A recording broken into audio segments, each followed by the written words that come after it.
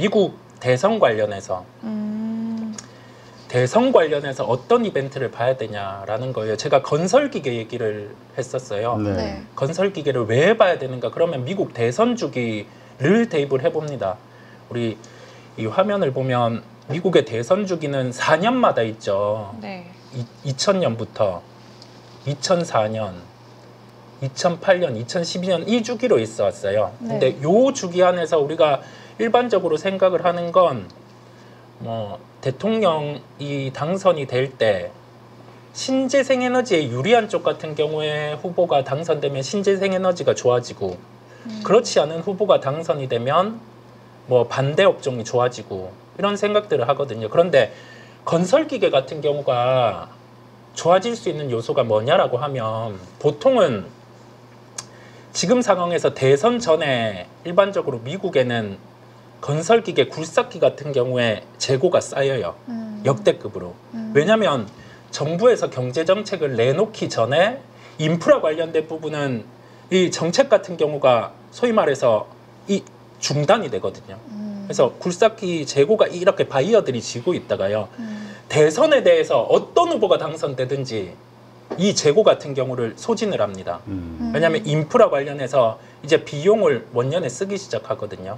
그래서 미국 대선 주기 때 그 해 10월이죠. 10월 11월이죠. 그때가 굴삭기주들이 주가가 거의 뭐 중반부에 위치하고 있어요. 네. 매수를 하면 확률이 높다라는 거죠. 그러면 이걸 캐터필러 월봉을 통해서 한번 보는 겁니다. 2024년 지금 위치를 하고 있는 상황이죠. 이건 네. 주가는 이렇게 뭐 올라오는 상황입니다.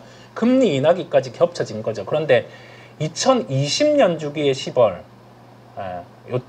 요때를 보고요. 그 다음에 2016년도 시기의 10월 주가 같은 경우가 다 이렇게 연말 갈수록 올라왔었어요. 올라온 상황. 뭐 플랫 한쪽 같은 경우는 대선 주기가 아니었던 거죠. 이거는 경기를 타는 거고 2020년 그랬고 2024년 같은 경우도 그럴 수가 있는데 여기에서 또 더해진 게 금리 인하기까지 더해진 거예요. 뭐 경기에 대한 부분에 논란, 경착륙이나 연착륙이냐 그런 거는 이제 나오는 데이터로 판단을 하는 거고 지금 또한 미국 시장에서 역대급의 굴삭기 재고입니다. 유례 없이 4년마다 반복되는 거죠. 그러면 우리는 변하지 않는 이 패턴 안에서 건설기계 쪽을 사볼 수 있는 거죠. 건설기계. 예. 어떤 대선 후보가 되든지 사볼 수 있는 네, 그런 부분이라서 캐터필러 같은 경우는 뭐 플레이를 할 수 있는 거고요. 그 다음에 요 데이터를 같이 한번 봅니다. 중국 굴삭기 내수 및 수출 데이터예요. 우리 지금 중국 경기가 안 좋다라고 하잖아요. 네. 중국 경기가 안 좋아. 그래서 여기에서 뭐 인프라 투자 같은 경우도 별로고 그 다음에 외부의 다른 국가 같은 경우도 지금 경기가 좋지 않으니까 굴삭기 같은 경우가 판매가 될까 이 생각을 해요. 그런데 중국 쪽 같은 경우도 지금은 이제는 플랫한 상황, 내수 판매량 안에서는 잘 안 팔리고 있죠. 근데 수출 데이터 같은 경우는 2024 올해 7월 기점으로 해서 돌기 시작했어요. 자, 이게 의미하는 바 같은 경우가 미중 분쟁이라서 직접적인 중국 굴삭기는 지금 안 쓰는 상황이거든요. 안 쓰는 상황인데 신흥국단의 다른 국가 같은 경우는 이거 수출 나가고 있다라는 거예요. 그래서 미국만의 재고 이슈인 거죠. 미국만의 재고 이슈. 다른 나라는 어차피 판매가 되고 있는 데이터거든요. 예, 그렇다 보니까 우리가 생각할 수 있는 거는 결론은 지금 계속 반복되어 온 패턴 안에서 미국의 대선 때는 쌓여있던 굴삭기 재고 같은 경우가 딱 소진되는 단계가 대선 이후에는 나타납니다. 그러면 우리가 3분기 실적은 지금 안 좋아요. 눈으로 보이는 수치들은. 네. 그럼에도 불구하고 그 수치가 주가에 반영되어 있기 때문에 우리나라 뭐 굴삭기 종목들을 매수를 할 수 있는 거고요. 그러면 뭐 HD, 현대, 인프라코어 같은 경우도 가능하겠고 그 다음에 좀 하나의 변수가 있는데 두산 바켓 같은 경우는 지배구조단 이슈 때문에 할인을 강하게 받고 있어요. 할인을 강하게 받고 있는 상황이다 보니까 뭐 두산 바켓 또한 뭐 충분히 좀 접근이 가능한 가격대임을 좀 말씀을 드릴 수가 있겠습니다. 네. 네. 자, 그렇다면 지금 뭐 미국, 중국 그 환경까지 좀 설명을 주셨는데 영향을 미칠 만한 국내 증시에 이 해외 이슈 뭐 이런 것들 지금 당장 떨어진 거는 일본 자민당 총재 이 결과인 것 같은데 어쨌든 일본의 그 선물 이쪽이 지금 확 빠지고 있단 말이에요. 그렇죠. 증시 쪽이나 이것이 또 월요일 날 큰 영향을 미칠 것 같긴 한데요. 한국 증시, 뭐 글로벌 증시에. 맞아요. 조금 불안감은 존재를 해요. 그래서 뭐 오늘 미국 시장의 뚜껑을 열어봐야겠어요. 우리나라는 어느 정도 반영이 되고 마무리가 되었는데 그리고 나서 미국 시장의 반응을 개인적으로 보려고 하고 그런데 미국 시장 같은 경우는 뚜껑을 열면 그렇게 빠지지는 않을 거예요. 왜냐하면 업종들의 패턴들을 봤을 때 테크 같은 경우는 뭐 마이크론 실적 반응해서 올라올 만큼 올라왔고 그 다음에 나머지 업종 같은 경우가 골디락스 형태를 띠고 있어요. 미국의 지표를 열어보니까 GDP 데이터 같은 경우도 그렇고 그 다음에 어제 주간 실업수당 청구 건수도 그렇고 이게 지금부터는 경제 지표를 통해서의 경기가 연착륙이냐 경착륙이냐 이 부분을 따져서 올라갈 텐데 현재까지의 지표는 경착륙의 데이터예요. 그러면 한 반문을 하실 수가 있잖아요. 자, 이성웅 이사가 전에 나와서 원자재 가격 같은 경우가 빠지면 그때 같은 경우는 시장 불편해질 수 있다라고 했는데 어제 유가가 3% 넘게 빠졌는데 그러면 이거 불편한 거 아니냐라고 할 수가 있는데 변수가 있었죠. 이 변수는 뭐냐면 사우디에서 원래는 100불 정도 우리는 100불 정도 됐을 때 증산할 수 있다. 지금 할 수가 없다. 그랬는데 이거를 이제 증산을 한다라는 거예요. 12월 1일부터. 네. 그러면 공급 이슈가 미쳐서 유가가 빠지는 거잖아요. 네. 경기 변수는 아직 안 나타난 겁니다. 그러면 여기에서 우리는 한 단계 더 생각을 해보는 거예요. 주식 시장에 어떤 영향을 미칠 것인가. 지금 연준이 금리 인하를 하면서 경제 지표들을 바라보죠. 고용과 물가에 대해서. 물가, 인플레이션이 나타나면 여기에선 불편해지는 거예요. 금리를 낮췄는데 인플레이션이 나타난다는 건 연준은 실기한 거다. 그래서 50bp 또 내릴 수 있어요. 이거를 계속 터치를 해놓는 거죠. 지표가 부러질까 봐. 그런데 사우디가 유가를 내려준다. 증산을 해버린다. 그러니까요. 이 부분은 미국에게는 유리해지는 거죠. 드디어 이제 좀 말 좀 듣네. 재작년, 작년 그렇게 바이든이 찾아가서 그래도 그러니까요. 저 심기만 불편하게 자존심 상하게 하더니. 네. 그런 점도 있고 그 다음에 자 중국이 경기 부양책을 쓸 수가 없는데. 그러게 이거 다들 못 쓴다 그랬거든. 네, 쓸 수가 없는데 지준율을 낮춘대요. 자 그리고 나서 여기 더해져서 소비 쿠폰을 줬어요. 연휴 전이라서. 그 다음에 증안펀드 스타일로 증시를 부양한다네요.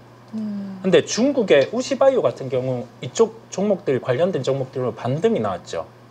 이게 의미하는 바가 뭘지 생각해보면 오늘 뭐 드시고 오신 거 아니에요? 아니요. 저기 아까 물에다가 뭐 타신 거 각성제 타드린 거 아니야? 이게 의미하는 바가 뭘지 시장에 대해서 명확히 좀 얘기를 해야 될 것 같더라고요. 네. 이게 의미하는 바가 뭐냐면 자 지금 뭐 우리가 생물보안법 관련해서 뭔가 올라온 거는 없어요. 네. 자, 올라온 건 없는데 시장의 반응이 우리나라 제약바이오는 빠지죠. 올라온 건 없어요. 올라온 건 없는데 중국의 뭐 우시앱텍이라든지 이런 종목이 오른다는 건 뭐냐면 미국 중국 간에 뭔가 이거 얘기가 됐을 수도 있다라는 합리적인 생각인 거죠. 합리적인 생각. 망상이 아니라 합리적인 생각. 왜냐면 중국 시장이 올라오니까요. 그다음에 그러면 우리나라 중국 관련주 같은 경우가 이 시세가 단발이 아니구나. 네, 그렇게 생각할 수가 있는 거죠. 그렇다면 일본에서 일어난 그 악재, 우리 처음에도 얘기했지만 네. 그 뭔가 이렇게 좀 무마시키면서 당선자가 좀 주말 사이에 좀 가라앉을 수도 있다. 그렇죠. 네, 너무 걱정은 안 하셔도 되고요. 뭐 우리나라 시장 같은 경우도 오늘 좀 아쉽게 지수가 조금 더 밀리기는 했지만 저는 희망만 드리고 싶진 않아요. 불편한 시장이기는 한데 종목들이 안 죽어요. 뭐 또 여기에서 VR 새롭게 안경 형태를 갖춘 거에 새롭게 나오니까 콘텐츠주들이 반응하기도 하고 안 되는 시장이면 그냥 종목 다 빠지거든요. 그게 아니라 시가총액 상위주가 부담스러우면 개별주 쪽으로도 좀 반응하고 뭐 개별주 좀 부담스러우면 시총 상위 가격 메리트를 찾아가다 보니까 우리가 희망은 잃지 말고 돈은 벌 수 있는 시장이다 보니까요. 그렇게 한번 접근을 해보는 거죠. 네. 네, 알겠습니다. 그러면은 다음 주 우리는 뭐 개별주로 대응을 해야 될까요? 아니면은 다음 주에 우리가 좀 체크해야 되는 좀 포인트 같은 게 있으시다면은 말씀 좀 해주시면 감사하겠습니다. 다음 주는 중국이 쉽니다.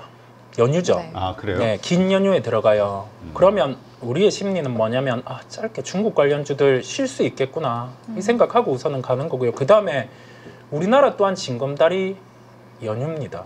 변수가 있는 거죠. 미국 시장이 어떻게 돌아갈지 변수가 있는데 자 이제 미국이 10월에 들어가죠. 그러면서 파월 의장 여기에서 발언이 9월 말에 또 있습니다. 그런데 네. 파월 의장 발언은 뭐 당연시되고 있는 거죠. 우리는 50bp 금리 인하한 거에 대해서 최선의 선택을 했고 그다음에 시장에 풀어놓는 50bp 금리 인하 가능성 같은 경우는 데이터를 보면서 결정하겠다라고 시장에 충격을 안 주게 얘기를 하겠죠. 그러면 미국 시장 반응을 보는 겁니다.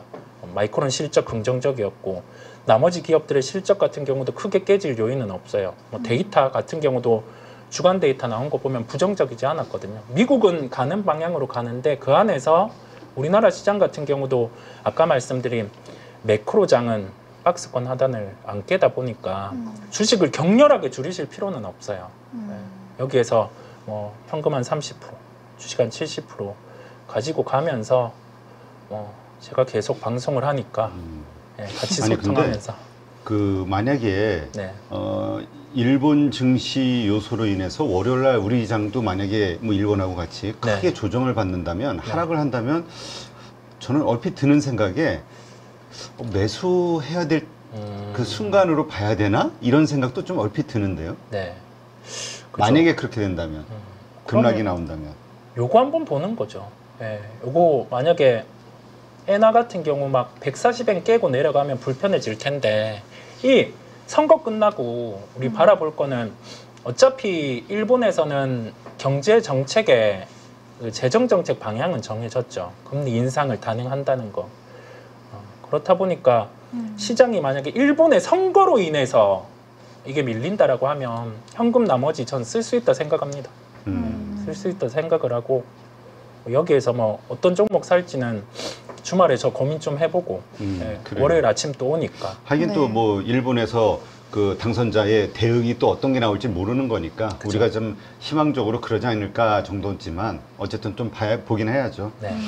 자, 또 그 외에 우리 증시에 영향을 줄 만한 요소 뭐가 있을까라는 질문을 드리자마자 내 머릿속으로 떠오르는 건 금투세인 것 같긴 한데. 네. 우리 금투세에 대해서 생각할 게 저는 생각을 하는 게 자본시장은 정말 세련된 곳이에요. 네. 왜냐하면 이게 돈의 방향대로 답을 주는 곳이다 보니까 정말 세련된 곳이라 생각을 하는데 정치라는 요소가 지금 자본시장의 발목을 잡고 있습니다. 네. 우리나라는 자본시장의 선진화로 가고 싶어 하잖아요. 그런데 구색만 선진화로 가려고 하는 겁니다. 뭐 MSCI 지수 선진 지수에 편입하고 싶어하고 그 다음에 뭐 여기에서 선진 지수 같은 경우를 대입해서 뭐 시가총액 가중 방식이라든지 그런 거를 유지를 하고 있어요. 그러면서 유동성까지 주기 위해서 위클리 옵션도 만들어주고 되게 선진국의 흉내를 자본시장에서 내고 있는데 그런데 이런 세금 같은 경우가 도입된다라고 하면은 자본시장이 이제는 뒤처지는 겁니다. 지수는 빠질 수밖에 없어요. 네. 그러게. 그 아까 저 이영훈 이사도 그런 얘기를 했습니다만 자본시장, 그러니까 증시가 가지고 있는 순기능이 무엇일까? 여기서 네. 세금을 걷는 게 우선이냐? 아니면 여기가 활성화돼서 부가 증가되고 또 기업들에게 그 자금 조달이 되는, 네, 그래서 경제에 도움이 되는 이게 우선순위냐? 요거는 한번 좀 우리 정치하시는 분들이 금융당국에서도 그렇고 좀 많이 고민을 좀 해보셔야 될 것 같아요. 맞아요. 필요해요. 이게 주식시장 참여자 같은 경우가 가장 절망적일 때가 언제냐면 돈을 잃을 때가 아니에요. 나는 돈이 있어요. 근데 시장 같은 경우가 더 이상 희망이 없을 때. 그러니까 지금 한국 증시가 가지고 있는 가장 마지막 가지고 있는 그 희망? 네. 이것은 싸다는 거. 네, 그만큼 많이 빠졌으니까 네. 이건데 네. 그럼에도 불구하고 우리가 희망을 갖지 못하는 이 상황, 네. 이 현실, 네. 이게 좀 정치인들 입장에서는 반성해야 되는 요소 아닐까 이런 생각이 들어요. 그렇죠. 네. 뭐 반성 저보다 어른들이니까 뭐라고는 못하겠고 선생님들 좀 신경 써주길 좀 미천한 제가 부탁드린다라는 말씀을 드리고 거기 더해져서 또 보면 우리가 저는 그렇게 생각을 해요. 뭐 남 탓하기 싫어해요. 제가 잘못했으면 제 잘못이죠. 주식시장 참여해서도 손실 보면 전 제 잘못인데 생각하는 건 어떤 시장이 펼쳐져도 여기에서 이 사람은 깨졌겠지. 뭐 여기에서 불편해졌겠지, 다쳤겠지 하는 일이 벌어지지 않아요. 자, 그 의미는 뭐냐면 시장에 대해서 자신이 있는 거죠. 자만하는 게 아니라 자신이 있는 거예요. 네. 이 사람 이렇게 해서 말로만 하고 그냥 돈 못 버는 거 아니야? 이렇게 해서 그냥 깨지는 거 아니야? 그런 일은 없는 거죠. 숱하게 이렇게 뭐 계속 대응을 해오다 보니까 장은 어려워요. 그 다음에 뭐 세금이라는 이슈가 여기에서 발목을 잡아서 시장은 최악으로 가면 망가질 수는 있습니다. 그런데 우리는 상식적이죠. 대한민국은 저력의 대한민국이고 상식적인 국민들로 구성이 돼 있기 때문에 이 법을 뭐 제정하는 분들도 상식적이지 않을까라고 마지막 희망을 걸어봅니다. 네, 그러면 우리가 너무 마지막이 이렇게 당연한 거를 갖다가 애절하게 절박하게 표현을 해야 될 만큼 참 우리가 그러네요. 씁쓸하네. 네. 그럼 우리 이사님은 앞으로 우리 증시 흐름은 어떻게 예상을 하세요? 증시 흐름은 우리가 언제나 하락장은 있어 왔어요. 네. 금융위기든 뭐 코로나19든 그럴 때 극복했던 사례들은 뭐였냐면 글로벌 공조였어요. 공조로 극복을 했는데 지금은 상황이 달라져 있어요.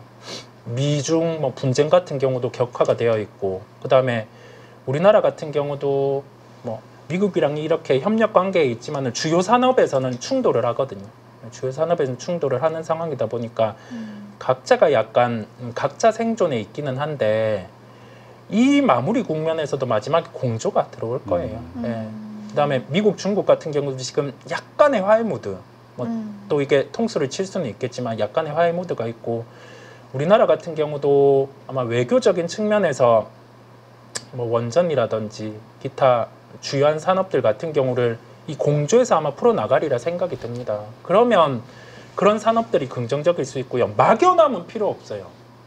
무조건 좋다 이런 것보다 우리가 핵심을 찾아야 돼요. 주도주를 찾는 건 뭐냐면 그 중에 하나의 큰 틀은 우리나라 정책과 글로벌 정책의 교집합이 되는 산업이거든요. 근데 미국 대선이 11월에 끝나잖아요. 네, 11월 5일이죠. 네, 그때 끝나고 나면 처음에 시작되는 게 각 가까운 국가와 함께 할 수 있는 그 산업에 대해서 토론을 해요. 네, 그러면 이제 우리가 하반기 내년의 방향 같은 경우는 매크로는 격변이죠. 금리 인하 이렇게 단행되면서 그런데 그 안에서 새로운 주도주가 생겨나요.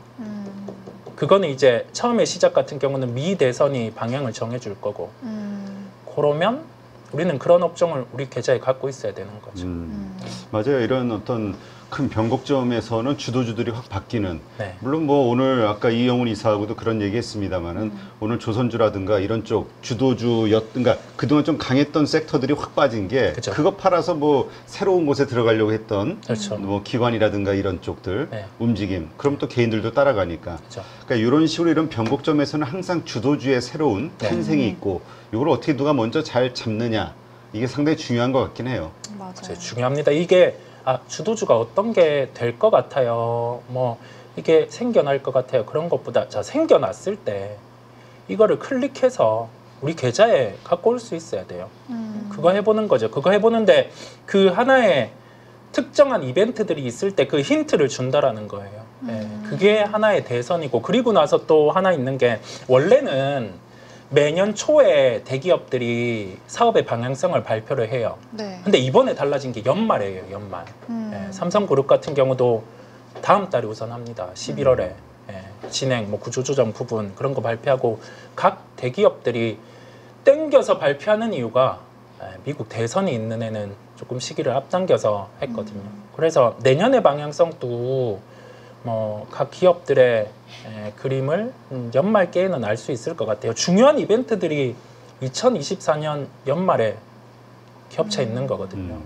그걸 한번 우리는 체크하고 가고 연결해서 어떤 주도주가 나오는지, 그러면 이거 이 주도주가 떴네? 뭐 이 정도로 생각할 게 아니라 우리 포트에 가지고 와서 승부를 보는 거죠. 아니 참 이번에 그 주도주 발굴 뭐 그런 강의를 하시잖아요. 네. 어떤 분이 저한테 그 질문을 하더라고. 네. 이게 그러니까 주도주를 알려주는 겁니까? 아니면 주도주를 찾는 그 방법, 기법을 배워서 항상 내가 써먹을 수 있는 겁니까? 이러한 질문을 하시던데. 제가 말씀드리고 싶으신 건 보통 교육이라 하면 여기에 대해서 뭔가를 강의를 하고 이렇게 하시면 됩니다라고 하는데 저는 다릅니다. 예, 안 되시면 되게 같이 할 거예요. 하나하나 뭐 전화를 계속 해도 되고 아니면은 뭐 계속 소통을 해도 되고, 계좌가 만약에 여태까지 뭐 주도주 파악을 못해서 손실을 보셨다라고 하면 수익 볼 때까지 하는 거죠. 수익 볼 때까지. 그 다음에 뭐 주식에 대해서 잘 모르겠고 이거를 하면서 손실이 쌓여 오셨다라고 하면 뭐 주도주를 찾는 법에 대해서도 말씀을 드리겠지만 시장 안에서 뭐 매일 매매하는 것도 말씀드릴 수가 있죠. 그런 것처럼 저는 이번 강의에 승부를 띄웁니다. 네. 이거 무슨 출사표 네. 같아.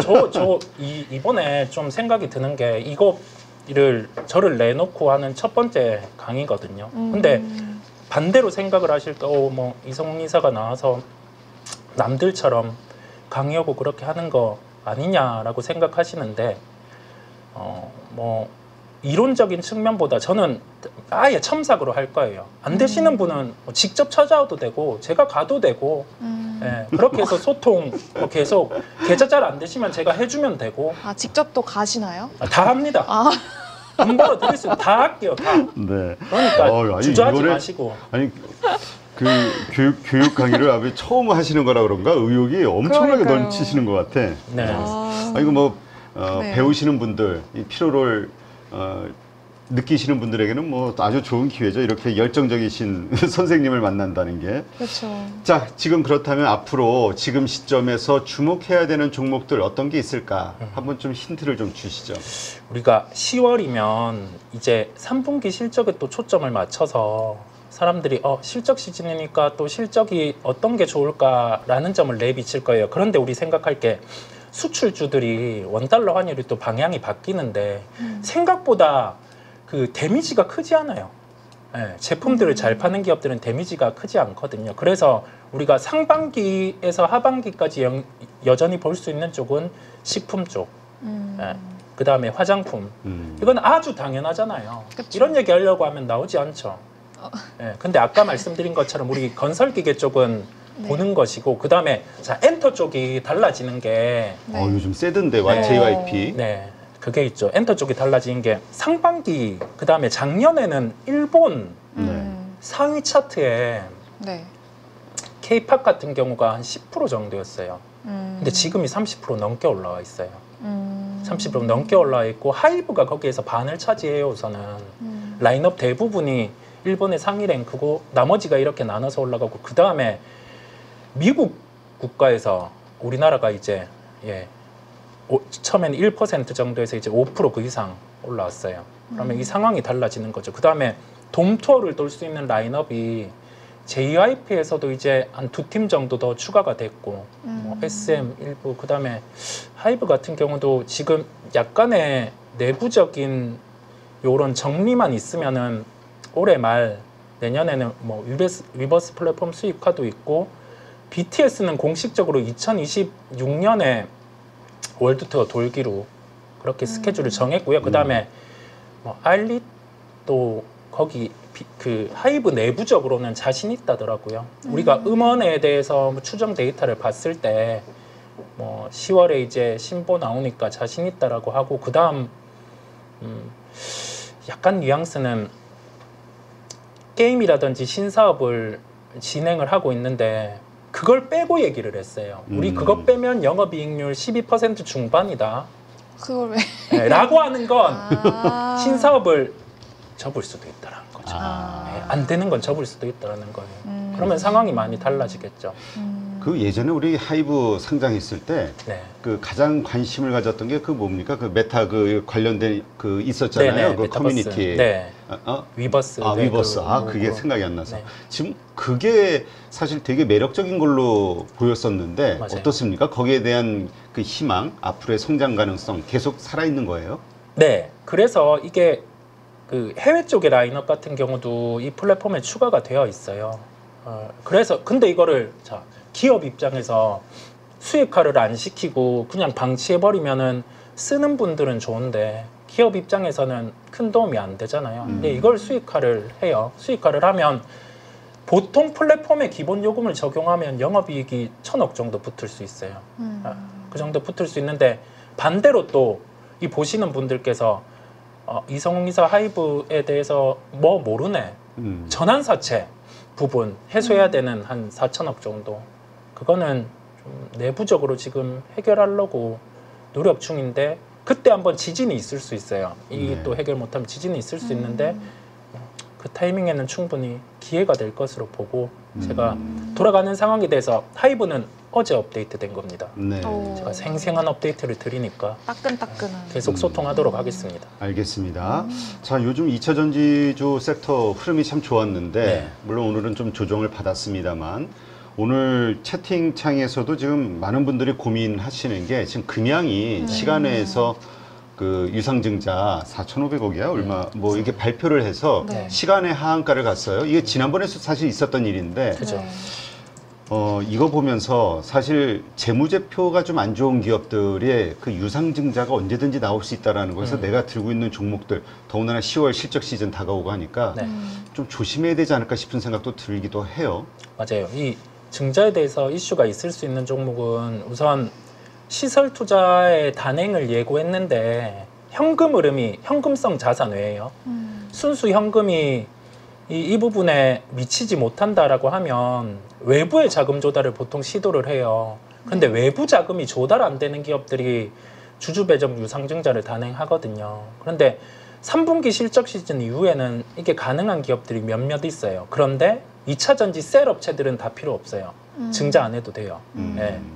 유상증자에 대해서 주주 배정 자체를 고려를 하지를 않습니다. 네. 왜냐면 지분 투자하려는 곳도 많고 3자 배정 해줄 때도 많다 보니까 그거는 고려하지 않고요. 나머지 양극재 업체들 같은 경우도 주주 배정 유상증자의 가능성은 낮아요. 네, 그렇다 보니까 2차 전지를 보고 계신 분들 중에서 각자의 종목들 뭐 에코핸드림도 한번 유상증자 했고 근데 그거는 시설 투자 부분에서 필요했다 보니까 주가가 빠지고도 반등이 나오거든요. 나머지 기업들 대부분은 아마 외부에 뭐 전환사채라든지 그런 부분으로 조달이 가능하다 보니까 뭐 두려워하지 않으셔도 되겠습니다.